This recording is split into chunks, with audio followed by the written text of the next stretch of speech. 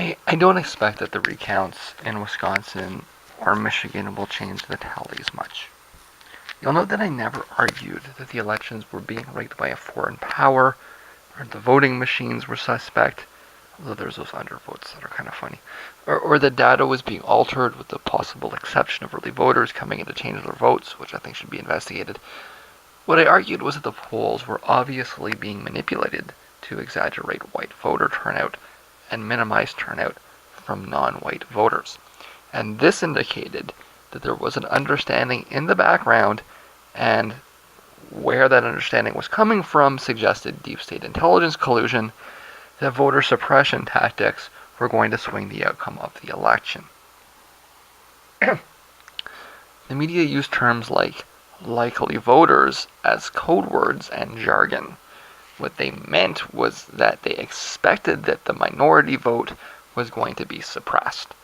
So the polls would come out on CNN and they just erase the minorities from the voting results, and then all of a sudden the vote, it's, Clinton's 8-point lead has been erased because they just don't count the minorities. I initially thought it was bad modeling, but what they were doing was they were modeling the voter suppression that they knew was happening. And then they say things like minorities are less likely to vote.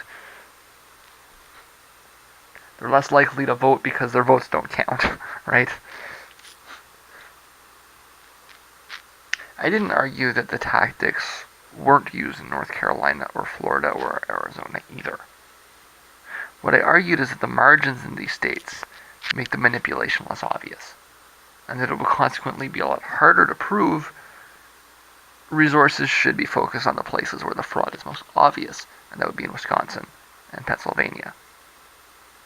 And I'm actually going to take a step back from Michigan. Put another way, the polls predicted that the results in North Carolina and Arizona and Florida were going to be close enough that the systemic bias could be explained solely in the margins of error. Basically, they could cheat in these states and get away with it, because polling is not perfect. It was not true in Pennsylvania or Wisconsin, or in Michigan, where Clinton was ahead by margins that exceeded any reasonable error. You'd have to rely on not just a systemic bias, but also on an unreasonably large shy Trump voter effect in these states that was consistent through all polling and even the exit polling. Even when they took the minorities out, even when they manipulated it for that effect, Clinton was still winning in these states. So either people were lying to the polling firms consistently for months, and the data reflected it, or they weren't, and votes were destroyed. Which sounds more likely to you? That people were lying to the firms consistently for months, and you'll read academic reports on this that try to argue that the reason the polls were wrong was because the people that were surveyed were lying.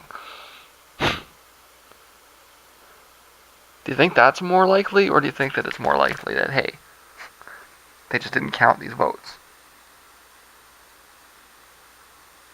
I think that, government corruption is far more likely than mass spontaneous lying. It was a weather balloon.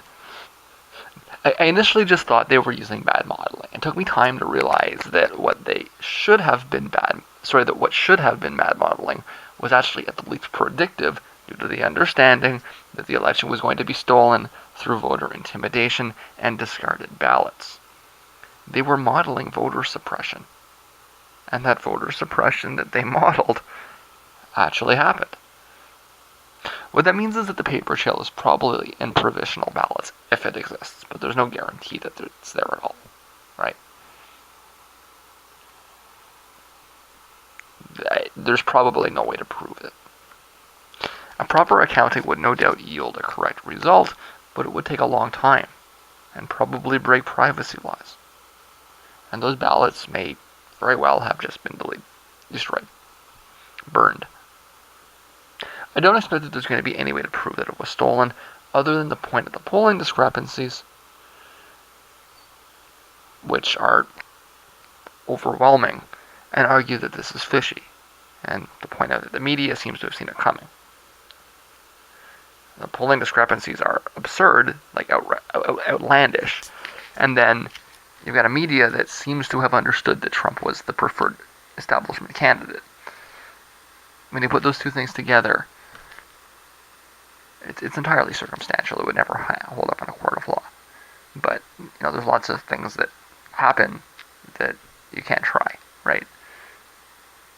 It's the perfect crime. This idea that, if there's no evidence that it didn't happen, well, it was an inside job, and these guys are pros. They know what they're doing. They didn't leave a smoking gun at the polling booth. You can look for days, for weeks, for months, you won't find it.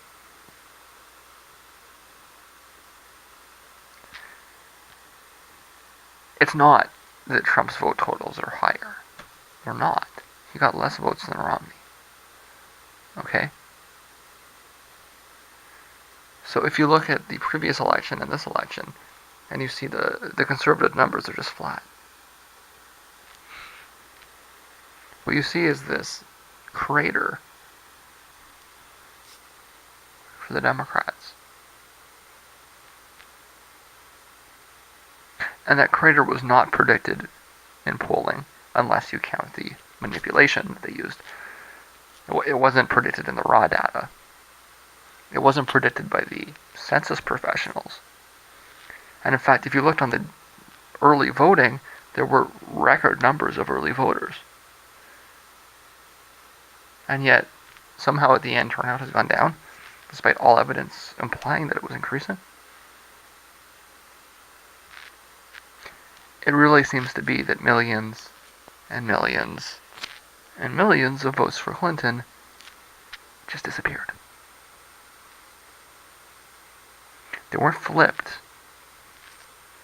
They weren't converted. They just disappeared. And if they disappeared, then they disappeared. Without a trace. You're not going to find them. They're not in a school gym in Scranton. They're not behind a block of cheese in Madison. They're gone.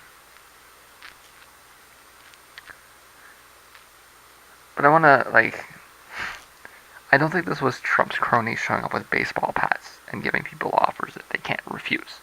This was not some crude mafia job, This was coordinated. And I think they cleaned up. I think they destroyed the evidence. Because all evidence before the election pointed to interference by the deep state, by professionals, by the FBI, by the background media. That ABC poll was that's when I knew, right? ABC/CIA tracking poll. That's when you knew that he's got the real establishment behind him here. And they don't fuck up like that. Well, they picked the wrong guy. They fucked up. But they've done this before. They've done this in foreign countries. They've done this here, and they know how to do it. And you'll never unravel it. They don't leave evidence behind for you to catch them. If you're lucky, okay, you might be able to find data that indicates that ballots were destroyed. That's your best guess. If you're looking for something, and it's probably too late now, but if you're looking for something, what you should be looking for, take this for the next time it happens, and it will happen again. What you should be looking for is some kind of evidence that ballots were destroyed. Look in the in the dumpsters in the back. Try to find shredded papers that you can't otherwise explain. Files that have been dated later than they should be. You're not going to find the ballots themselves, but if you look hard enough, you might find evidence that indicates that they were destroyed. And that might be useful in passing reforms. But again, I say that like it's some kind of accident, like there wasn't a cleanup crew. There was a cleanup crew, and they were pros, and they did their job, of course. And so, if you listen to what I'm saying, it kind of sounds like I'm saying that the United States is some kind of military dictatorship with a fraudulent veneer of fake elections designed to trick people into thinking that they live in a democracy in order to prevent a real revolution. Are you saying that? Of course I'm saying that. I'm saying that for years. Look at American foreign policy. It destroys democracy everywhere it finds it. You think it wants it at home? Of course it doesn't. But I want to be clear. What makes this election different is not that it was stolen. Okay? Elections are stolen in the United States all of the time. And there's been a few in Canada that I'm skeptical about as well. The BC election. I guess it was the last one. The 2000 election was stolen. The Supreme Court. The 1980 election was stolen. The 1968 election was stolen. And the 1960 election was stolen too. Okay, that's 3 Republicans and a Democrat before the Civil Rights Movement. And before 1960, well, there wasn't really a CIA yet. There was the Office of Strategic Services. The deep state that I'm relying on to explain this did not exist before Eisenhower. It was Eisenhower that warned us of it, if you'll recall, in that famous speech. What makes this election different is that they didn't care anymore. There's like no effort to pretend that what they were saying made any sense. You really think Donald Trump won in Wisconsin and Michigan and Pennsylvania? These are blue states. These are union states. That's ridiculous. And this rhetoric that he's the candidate of the working class, it's nonsense. He's an upper class dipshit. An upper class douchebag. He's the same fucking thing as Mitt Romney. His numbers with that demographic was the same as Mitt Romney. He didn't do better with union workers than Mitt Romney. That's a lie. What happened was a lot less black people and a lot less Latinos voted. And the difference between female voting, the difference between what women claimed they were going to vote for and what they actually voted for was very large. But there was no increase in support for Donald Trump in the white working class. That's a lie. There was merely a decrease in support for Clinton amongst minorities.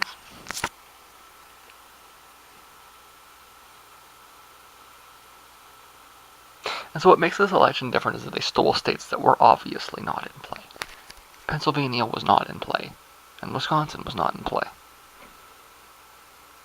The difference is how brazen they were, and how much contempt that they showed for voters in the process.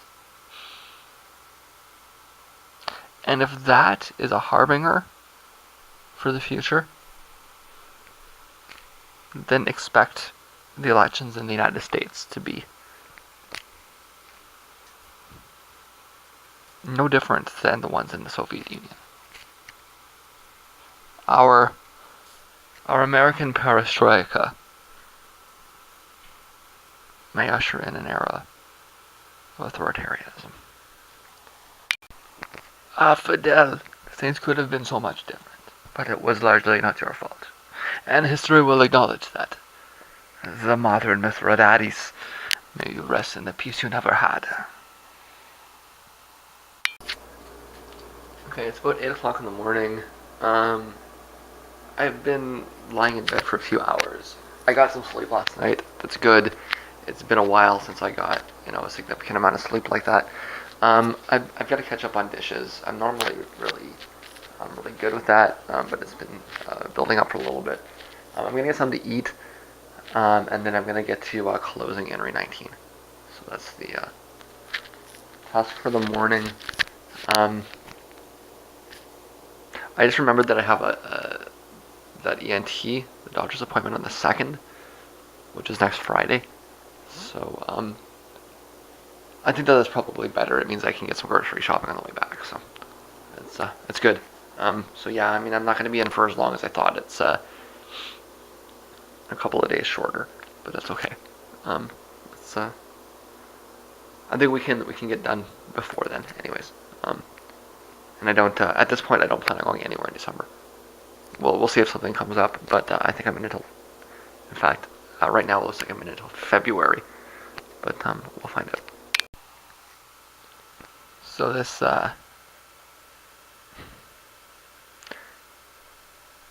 we're kind of entering that period where the right-wing media in Canada is just going to do everything it can to attack the prime minister, right? Doesn't matter, you know. If he holds a white kitten, they'll claim he's a racist. Just like we've entered that point where it's just open season, right? And all kinds of absurd things. So Trudeau reacts to the whole NAFTA thing with a claim that Canada will only respond to concrete proposals. And people get upset and don't understand what he's trying to say and everything else. So I've noticed this a lot, is that for some reason it seems to be that whether it's accidentally on purpose or it's just really bad comprehension levels, the media seem to have a really hard time understanding what Trudeau actually says. And so they skew his headlines. It's gotta be mostly accidentally on purpose, right? But it seems to be that like a lot of, if I can open up the article and read it and then read what he had to say and say, oh, the article's terrible, why can't other people do that? Like, why do people have so much difficulty, reading a page-long article, and actually trying to get to what it is that the topic actually said? I think it's pretty obvious that what Trudeau was trying to say here is that he actually does not expect that Trump will actually ask to renegotiate NAFTA. So he's not going to comment on a theoretical that he doesn't expect to actually happen. So the criticism is that he's opening Canada up to renegotiate what I guess. See, again, you gotta remember this is old Tory media, right? A lot of the people that work in these for these papers were there in the Mulroney years, or got hired, right? It's going to be a nice part of the generation shift that's happening, is for the whole fucking Mulroney generation to just go away, right? Like, Mulroney's been gone a long time, but we're still stuck with these, for whatever reason, it seems to be that. It's roughly the same time period as Reagan in the United States. And for some reason, there's just all of these people that seem to really identify with that specific moment in their lives. I guess it's probably a large amount of it is probably a demographic bulge. But, like, they're still here. These fucking old school Mulroney fucking Tories that still, and they think Mulroney was the greatest, prime minister of all time, even though I think that in the long run of history he'll be acknowledged probably as maybe not the absolute worst, but definitely the very bottom tier, right? If for no other reason than the catastrophe that was NAFTA itself, right? So the media looks at this agreement as some kind of an outstanding accomplishment, and to imagine that this liberal is going to undo this great, grand Tory achievement is just, it's absurdity, right?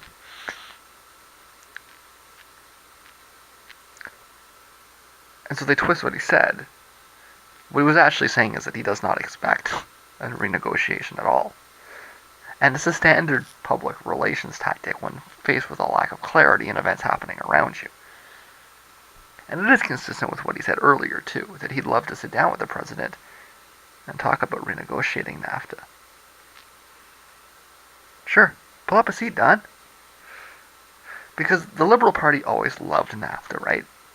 It wasn't something that Mulroney fucked up hard and that Chrétien had no realistic means of escape from, and had to eat whether he liked it or not.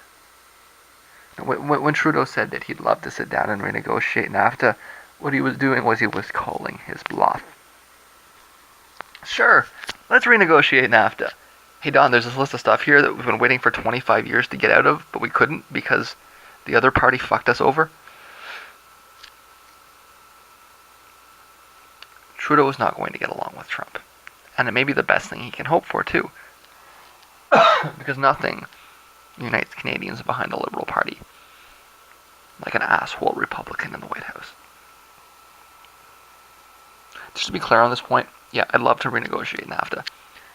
And I couldn't ask for a more clueless idiot than Donald Trump to renegotiate it with. How's that for playing a hand?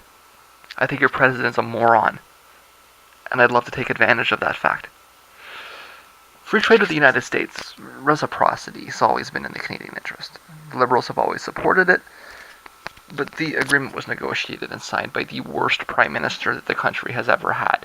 This is a guy that sold the country off. He threw away our sovereignty for nothing. He caved on everything imaginable. And so, of course, the Liberals opposed it. And they were right to oppose it. But then they win the election in 1993, and they can't escape it. If they sign it, we're fucked. We lose our sovereignty. But Clinton knows he can't get a renegotiation through Congress, and he's not interested in opening it up. Anyways, so if they don't sign it, we're even more fucked, because we're poking the eyes of our biggest export market. We're fucked if we do, and we're fucked if we don't. Thanks, Brian. Thanks, Lion Brian. It's a brutal cost-benefit analysis, but they were right to sign it, even after they were right to oppose it. So they signed a deal they opposed because they didn't have a choice, and they've been waiting for the opportunity to renegotiate it ever since. So yeah, let's sit down and talk, Don. You've twisted our arm. If the Liberals had the opportunity in 1993, they would have scrapped NAFTA and started from scratch. That wasn't an option then. We got sucked into an agreement that was primarily between the United States and Mexico, right? There was something previous to the NAFTA called the FTA, and it was bad, but it was better because it was actually about Canada. It was an agreement between the United States and Canada, a free trade agreement. It didn't have all of the clauses that were put in to address the fact that Mexico was a third world country, right? It was an agreement between two advanced economies. And it had problems, but they were nowhere near as bad. And I would strongly support this still today. Remember, if we trash NAFTA, the FTA still exists. And the FTA is better. So that would be a good start. But I mean, I don't count on it, right? This is there's a little blurb here explaining that the FTA does not have Chapter 11 in it, which is my biggest opposition to NAFTA is Chapter 11, right? It's not my only opposition, but it's my biggest one. So if Trump were to come in and trash NAFTA and revert back to the FTA and throw Chapter 11 in the trash, yeah, I'd be about 95% of the way there in terms of supporting a free trade agreement with the United States specifically. That's the biggest obstacle is Chapter 11. And abolishing NAFTA gets rid of Chapter 11 while maintaining the basic free trade agreement. That would be great. Playing a hand? What? Of course, the chances of that happening are close to zero. I don't expect that Donald Trump will say much of anything at all about NAFTA moving forwards. In fact, as I've said repeatedly, I expect that he will sign the TPP at the end of the day. 12 booths in Canada, are they coming? You might expect me to be opposed to them, right? And I kind of am, but it's a very weak opposition, right? You'll hear the response. Isn't that why we pay taxes? Well, maybe. Maybe it's what you'd like your tax money to be spent on. But you're being a little presumptuous, okay? Not everybody that uses the roads pays taxes. And not everybody that pays taxes uses the roads. If I paid taxes and I don't, But if I did, I would be a little bit upset about all my taxpayer money being wasted on highways. Reality check. While I'm not currently paying taxes, I get way more back in rebates than I pay. I have paid taxes in the past, and I don't even have a driver's license. And, I think this is becoming a lot more common with younger people, especially younger people in the cities. If I were to stand up and say, I pay taxes, shouldn't I get in the bus and the subway and the light rail for free? I mean, that's why I pay taxes, isn't it? I'd likely get eye rolls, but it is fundamentally the same argument. I use public transportation, and I'm expected to pay for it as I go, but I'm also expected to have my tax money go to pay for highways that I don't use? That's not fair. There's no reciprocity in that. If I can make a choice as to where my taxes, if I paid them, went, I would want all of my taxes to go towards public transportation and none of them to go towards highways or interstate highways. Freeways, right? I would argue that if you're going to use the freeway, then you should have to pay for it. If I'm going to have to pay for the bus. And if you want to use the highway for free, well, then I should get in the bus for free too. So I think a just solution can happen in one of two ways. One, we neither have toll booths on the highways, nor do we have toll booths on subways or buses or light rail. That's my preferred option, right? Or two, we can have toll booths on highways, just like we have toll booths on subways and buses and light rail. And I do prefer the first option, as I've stated repeatedly. But the truth of this is that my opposition to the second is not going to be high, not so long as I have to pay to get in the bus.